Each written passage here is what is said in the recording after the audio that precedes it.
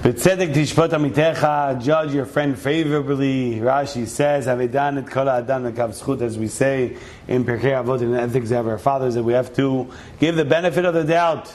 It's so important. Unfortunately, many people sometimes they forget about this important rule, the importance of judging favorably, giving the benefit of the doubt. And maybe with these stories we're about to give over, there could be some chizuk, some inspiration on this very important topic. First and foremost, there was an individual that, Baruch Hashem, thank God, he was growing older and older. He was a rabbi of the community, and his children and grandchildren were watching him as he was an elderly individual in the house. One day it was the turn of one of the grandchildren to watch the elderly grandfather, the rabbi, and unfortunately, the grandfather was gasping for air. And he was gasping for air, and he was asking for a certain dance tickets for a certain dance show. The grandson was completely confused. The grandfather is asking for something that is so so immodest, and the next thing you know, as the grandfather is gasping for air, Yatzad Nishmato, his neshama leaves him. He passes away, Baruch Emet. And what happens is that this grandchild is very confused.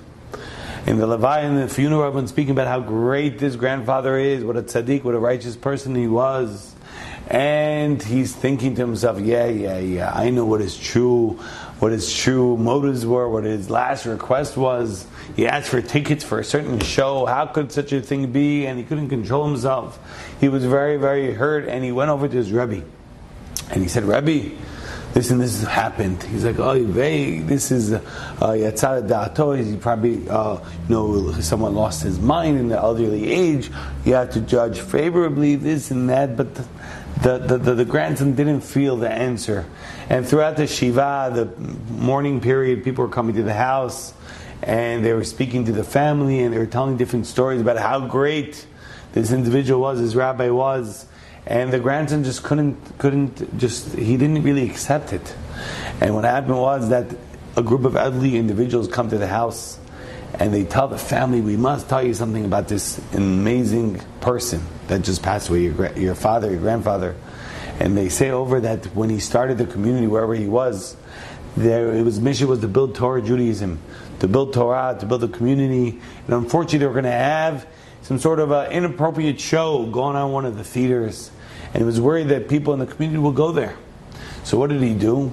He bought out all the tickets. He bought out all the tickets to the show so that nobody will be going there, and so that it will be empty and they will be discouraged from doing it again.